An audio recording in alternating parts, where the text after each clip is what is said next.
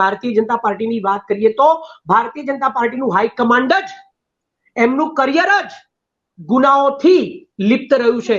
શાહરૂખ ખાન જેવા સુપરસ્ટારનો છોકરો એક ચપટી ડ્રગ્સ માટે ક્યાંક નામ આવ્યું તો આખા ભારતમાં હાહાકાર મચાવી દીધો, એની બદનામી કરી નાખી.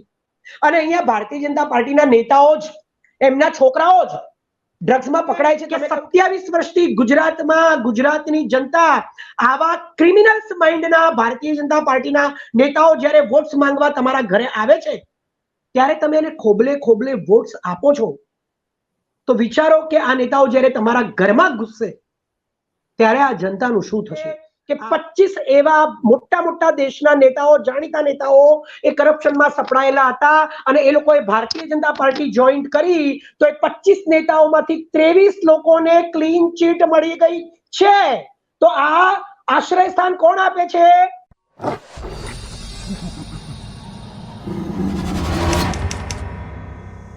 બિલકુલ. હવે છેલ્લા 10 વર્ષના અનુભવ ઉપરથી અને આ ડબલ એન્જિનોની સરકારના નામ ઉપરથી, ચાહે રાજ્યોની વાત કરીએ કે કેન્દ્ર સરકારની વાત કરીએ, તો આ ભારતીય જનતા પાર્ટીનું નામ હવે ભારતીય જાહિલ પાર્ટી, ભારતીય ગુનાહિત પાર્ટી રાખવાનું એવું મન થાય છે. અને ઘણા લોકો તો એને જાહેરમાં સોશિયલ મીડિયા ઉપર ભારતીય જાહિલ પાર્ટી તરીકે જ એને સંબોધે છે. તમે સાચી વાત કરી. કોઈ પણ રાજ્યના ગુનાઓ હોય કે કેન્દ્રના ગુનાઓ હોય, એમાં ઘણા બધા કેસીસની અંદર મોટા ભાગે છેવટે નાનાથી નાના ગુનાથી લઈને મોટા મોટા કૌભાંડોમાં ભારતીય જનતા પાર્ટીના નાનામાં નાના કાર્યકર્તાથી લઈ નાના મોટા નેતાઓથી લઈ અને મોટા મોટા નેતાઓના નામ પણ સંડોવાયેલા જોવા મળે છે એવું આપણે કહી શકીએ. કારણ કે ગુજરાતની જો આપણે વાત કરીએ, શરૂઆત કરીએ, તો હું કેટલાક એવા ગુનાઓ છે જે તમારી સમક્ષ રજૂ કરવા માંગુ છું, જે હમણાં છેલ્લા 15-20 દિવસની અંદર થયા છે. ગુનાઓના નામ હું તમારી સામે વન બાય વન ફટાફટ મૂકીશ, ક્લેરિટી સાથે તમે સાંભળજો. સુરતમાં ભાજપના કોર્પોરેટર અમિત રાજપૂત પર અપહરણ અને બળજબરીથી મિલકત લખાવી લેવાની ફરિયાદ નોંધવામાં આવી છે. સુરતમાં ભાજપ યુવા મોરચા અને હિન્દુ વાહિનીના સભ્ય વિકાસ આહિર ડ્રગ્સનો ધંધો કરતા પકડાયો છે, જેની અંદર ભારતીય જનતા પાર્ટીના મોટા મોટા નેતાઓ સાથે એના ફોટોઝ જોવા મળે છે સોશિયલ મીડિયા ઉપર. રાજકોટમાં ભાજપના હોદ્દેદારનો પુત્ર પાર્થ અને તેનો મિત્ર સાહિલ મુંબઈથી ડ્રગ્સ લાવીને અહીંયા ધંધો કરતા હતા અને પકડાઈ ગયા છે. રાજકોટ ભાજપના 2 નેતાઓ મધુ ટાઢાણી અને પરેશ રાદડિયા સામે એક ગર્લ્સ છાત્રાલયની બીએસસીની વિદ્યાર્થીની ઉપર બળાત્કાર કરવાનો કિસ્સો સામે આવ્યો છે. સુરત ભાજપના યુવા મોરચાના મહામંત્રી મનીષ શાહ કરોડો રૂપિયાનું સરકારી અનાજ સગે વગે કરતા પકડાઈ ગયો છે. ગરીબોનું અનાજ સગે વગે કરતા પકડાઈ ગયો છે. અમદાવાદમાં ભાજપના ધર્મેન્દ્ર શાહ 240 કરોડની કટકી કરતા પકડાયો છે. લોધિકામાં ભાજપના હોદ્દેદાર કૌશિક કમાણી, મુકેશ તોગડિયા, ભૂપત જાડેજા સહિતના લોકોએ કરોડોની કિંમતની ગૌચરની જમીન ઉપર કબજો કરી લીધો છે. નીટ પેપર લીકમાં ગોધરા ભાજપનો હોદ્દેદાર પકડાયેલ છે. અને હમણાં જ થોડી જ ક્ષણો પહેલા ફરીથી એક ન્યૂઝ આવ્યા છે કે બક્ષીપંચ મોરચાનો જે અધ્યક્ષ છે ભાજપનો, એનો છોકરો પ્રિન્સ મિસ્ત્રી એ પણ પકડાયો છે. અને એણે કેવી છેતરામણી કરી છે, લોકસભાની ચૂંટણીની અંદર પ્રચાર માટે જે ગાડીઓ ભાડે રાખી હતી, એ ભાડે ગાડીઓ કર્યા પછી 45 જેટલી ગાડીઓ એને ભાડે કરી હતી. એ ગાડીના માલિકોને ભાડું આપ્યું નથી અને કેટલીક ગાડીઓની પણ એને ઉચ્ચાપત કરી નાખી છે. હવે તમે વિચારો કે આ તો સામાન્ય ગુનાઓ છે જે આ ગુજરાતમાં છેલ્લા થોડા વખતમાં જોવા મળ્યા છે. એની અંદર મોટા ભાગે ભારતીય જનતા પાર્ટીના નાના મોટા નેતાઓના કનેક્શન છે. પરંતુ એક વસ્તુ હું તમને કહેવા માંગીશ કે કોઈ પણ નાની વ્યક્તિ હોય, નાનો નેતા હોય કે મોટો નેતા હોય, જો આપણે બાળકની વાત કરીએ આપણા ઘરની અંદર, આપણા પરિવારમાં, તો બાળકના મા બાપ અને બાળકના ગુરુઓ પાસેથી જે શિક્ષણ મળે છે એ જ બાળક શીખે છે. ભારતીય જનતા પાર્ટીની વાત કરીએ તો ભારતીય જનતા પાર્ટીનું હાઈકમાન્ડ જ એમનું કરિયર જ ગુનાઓથી લિપ્ત રહ્યું છે. જો 2 ગુજરાતી લોબીની કેન્દ્ર સરકારની વાત કરીએ તો નરેન્દ્રભાઈ મોદી અને અમિત શાહની સરકારની વાત કરીએ તો ગુજરાતના મુખ્યમંત્રી તરીકેના 12 વર્ષના કાળમાં પણ અહીંયા એવા અનેક ગુનાઓ થયા છે જેના કોઈ જવાબો હજી સુધી મળ્યા નથી. અને દરેક ગુનાઓમાં આ હાઈકમાન્ડને ક્લીન ચીટ મળી છે. ઉદાહરણ તરીકે 2-3 વસ્તુનું વાત કરું તો હરેન પંડ્યાની હત્યા લઈ લો, ફેક એન્કાઉન્ટર્સ લઈ લો, અમિત જેઠવાની હત્યાકાંડ લઈ લો, જેનો આરોપ દિનુ બોગા સોલંકી ઉપર કોડીનારના લાગ્યો છે ને એ માણસ અત્યારે હાલ પણ છૂટો ફરે છે. ગુજરાતની અંદર થયેલા 2002 ના દંગાઓની વાત કરો, એની અંદર જે સંમિલિત હતા બાબુ બજરંગી, માયા કોડનાની, એની વાત કરો, ગાંધીનગરમાં અક્ષરધામ ઉપર થયેલા આતંકી હુમલાની વાત કરો, કે નલિયા સેક્સ કાંડની વાત કરો, કચ્છ ભુજની અંદર થયેલું હોય, કે મોરબી દુર્ઘટનાની વાત કરો, કે રાજકોટ અગ્નિકાંડની વાત કરો, કે તક્ષશિલા કાંડની વાત કરો. અનેક એવી ઘટનાઓ ગુજરાતમાં બની છે અને આ ગુજરાતની અંદર જેટલા પણ ક્રાઇમ્સ છે એની અંદર ભારતીય જનતા પાર્ટીના હાઈકમાન્ડ્સના પણ હાથ રહેલા હોય, સંડોવણી હોય એવા સબૂતો મળ્યા છે, પરંતુ એમને દર વખતે ક્લીન ચીટ મળી છે. હું હમણાંનો એક મુદ્દો તમને સંભળાવું. આખા ગુજરાતમાં દારૂ રેલમ છેલ વેચાય છે. હું મારા એરિયાની વાત કરું, હું બહાર જઈને તપાસ કરું છું. અમે જે એરિયામાં રહીએ છીએ ચાંદલોડિયા ઘાટલોડિયામાં, ત્યાં આગળ એક રેલવે ટ્રેક છે. એ રેલવે ટ્રેકની સ્ટોરી એવી છે કે સાંજ પડે તો એ રેલવે ટ્રેક મોટાભાગે ઓછી ગાડીઓ જાય છે, એની ઉપર 150 થી 200 માણસો રેલવે ટ્રેક ઉપર જ્યાં પેલા પથ્થર હોય ત્યાં બેસી જાય છે અને ત્યાં લઠ્ઠો વેચાય છે, પોટલી વેચાય છે. જો હું એ પોટલીઓનો ઢગલો કરું ને તો પિરાણામાં જેવી રીતે જે કચરો હોય છે એનો જે ઢગલો હોય છે ને એવો ઢગલો તમને આ કોથળીઓનો જોવા મળે. અમે લોકોએ પોલીસને ફોન કર્યો, મેં અને મારા સાથી કાર્યકર્તા સીમા કુમારે પોલીસને ફોન કર્યો. પોલીસ આવી ગઈ, પોલીસ એની તપાસ કરી, પોલીસ એગ્રી થઈ કે હા અહીંયા દારૂ પીવાય છે. જ્યારે એ એરિયાની આજુબાજુની સોસાયટીના લોકો પણ પોલીસને ફરિયાદ કરે છે કે એમનો વિરોધ કરે છે તો આ લોકો રેલવે ટ્રેક ઉપર રહેલા પથ્થરો મારે છે. અમે જ્યારે પોલીસને કહ્યું તો પોલીસ કહે છે કે આ અમારા વિસ્તારમાં, અમારા અંડરમાં નથી આવતું, તમે ગાંધીગ્રામ જે રેલવેની પોલીસ હોય એનો કોન્ટેક્ટ કરો, એનો સંપર્ક કરો. પોલીસે પણ એવું કહ્યું કે તમે આ માહિતી તો આપી છે પણ એના સબૂત. મેં કહ્યું તો આ તો તમારે વોચ ગોઠવવાની હોય, છુપા વેશે પોલીસ ગોઠવવાની હોય. 2-3 દિવસ સુધી જો તમે વોચ ગોઠવો તો તમને બધા સબૂત મળે. તો પોલીસ કહે છે એના સબૂત પણ તમારે આપવા પડે.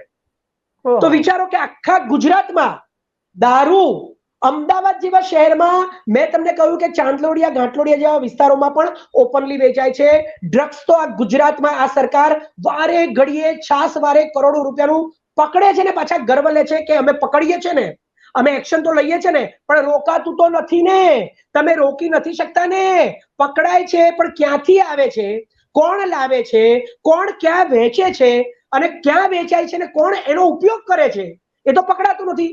શાહરૂખ ખાન જેવા સુપરસ્ટારનો છોકરો એક ચપટી ડ્રગ્સ માટે ક્યાંક નામ આવ્યું તો આખા ભારતમાં હાહાકાર મચાવી દીધો, એની બદનામી કરી નાખી.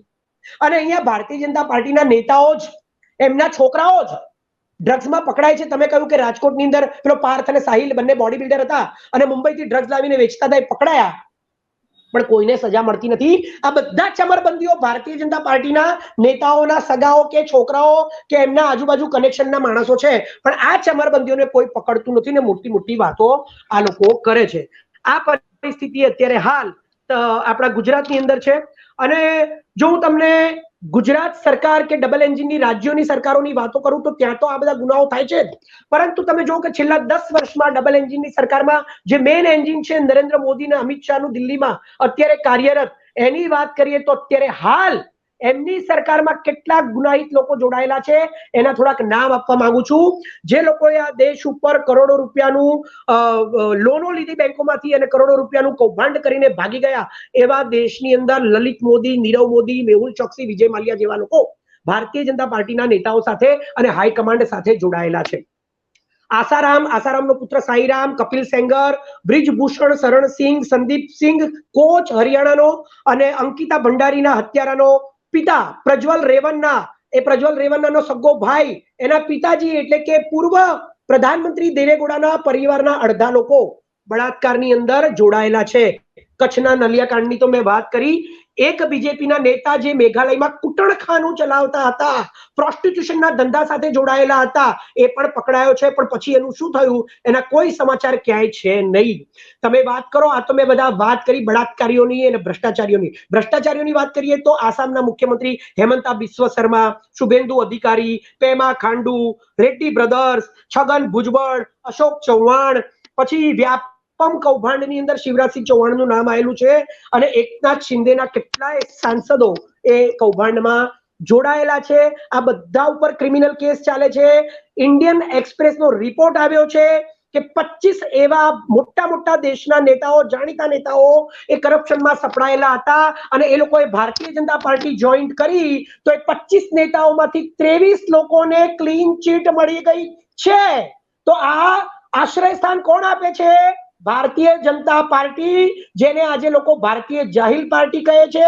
ડબલ એન્જિનની સરકારોમાં, એ રાજ્યની સરકારો હોય કે કેન્દ્રની સરકારો હોય, રાજ્યના મોટા મોટા નેતાઓ હોય ભાજપના, કે કેન્દ્રનું હાઈ કમાન્ડ હોય ભાજપનું, કે એની સાથે જોડાયેલા એનડીએના ઘટક દળોના પક્ષોના નેતાઓ હોય, આ સરકારોમાં તમામ પ્રકારના ગુનાઓ કરતા, ખંડણીખોરોથી લઈ, હપ્તા ઉઘરાવવાવાળાથી લઈ, બળાત્કારીઓથી લઈ, ભ્રષ્ટાચારીઓથી લઈ, લોકોનું મર્ડર કરનારા, કિલર કરનારા, ફેક એન્કાઉન્ટર્સ કરનારા, દારૂનો ધંધો કરનારા, ડ્રગ્સનો ધંધો કરનારા અને કેટલી દુર્ઘટનાઓને અંજામ આપનારા કરપ્શન કરીને આ ભારતીય જનતા પાર્ટીમાં છેલ્લા 10 વર્ષમાં લોકો ઉજાગર થયા છે. મને તો અચરજ થાય છે કે 27 વર્ષથી ગુજરાતમાં ગુજરાતની જનતા આવા ક્રિમિનલ્સ માઇન્ડના ભારતીય જનતા પાર્ટીના નેતાઓ જ્યારે વોટ્સ માંગવા તમારા ઘરે આવે છે ત્યારે તમે એને ખોબલે ખોબલે વોટ્સ આપો છો. તો વિચારો કે આ નેતાઓ જ્યારે તમારા ઘરમાં ઘૂસશે ત્યારે આ જનતાનું શું થશે? આ આપણે વિચારવું રહ્યું. આ છે Indian politics, Bharatiya Janata party, sorry, ભારતીય જાહિલ પાર્ટીનું છેલ્લા 10 વર્ષથી રાજ્યોની સરકારો અને કેન્દ્રની સરકાર થઈને ડબલ એન્જિનની સરકારમાં ચાલતા તમામ પ્રકારના કૃત્યો, તમામ પ્રકારના ગુનાહિત કૃત્યો અને તમામ પ્રકારના ભ્રષ્ટાચારથી લઈને મર્ડરથી લઈને મેં કહ્યું કે તમામ પ્રકારના ગુનાહિત કૃત્યો આ ભારતીય જનતા પાર્ટીમાં. હા, જુઓ, તમે જુઓ, છેલ્લે જતા જતા કહી દઉં, બનારસ હિન્દુ યુનિવર્સિટીમાં 3 ભારતીય જનતા પાર્ટીના યુવા નેતાઓ એક છોકરી ઉપર રેપ કરીને ત્યાંથી ભાગી ગયા અને મધ્યપ્રદેશની અંદર વિધાનસભાની ચૂંટણીમાં એ લોકો પ્રચાર કરતા હતા, એ પણ પકડાઈ ગયા છે. મંદિરો અને મસ્જિદો ઉપર પણ તોડફોડ કરનારા આ જ લોકો છે. દંગા કરાવનારા લોકો પણ આ જ લોકો છે, પકડાયા છે સબૂત સાથે. મંદિરોની અંદર મુસલમાનોના ડ્રેસ પહેરીને માંસના ટુકડા પણ નાખનારા આ જ લોકો છે. મંદિરોની અંદર હિન્દુ દેવી દેવતાઓની મૂર્તિઓ તોડીને પણ મુસલમાનના કપડા પહેરીને અને પછી મંદિરના પ્રાંગણમાં નાખનારા આ જ લોકો છે. આ દેશની અંદર નફરત, ભય, ભ્રષ્ટાચાર, ગુનાઓ અને એની સાથે પોલીસને પણ પોતાની સાથે જોડતા હોય છે અમુક કિસ્સાઓમાં. તો આટલું બધું ચાલી રહ્યું છે આ દેશમાં ભારતીય જનતા પાર્ટી, ભારતીય જાહિલ પાર્ટી. જી જી સાગરભાઈ, આ મુદ્દે વાત કરવા બદલ આપનો ખૂબ ખૂબ આભાર.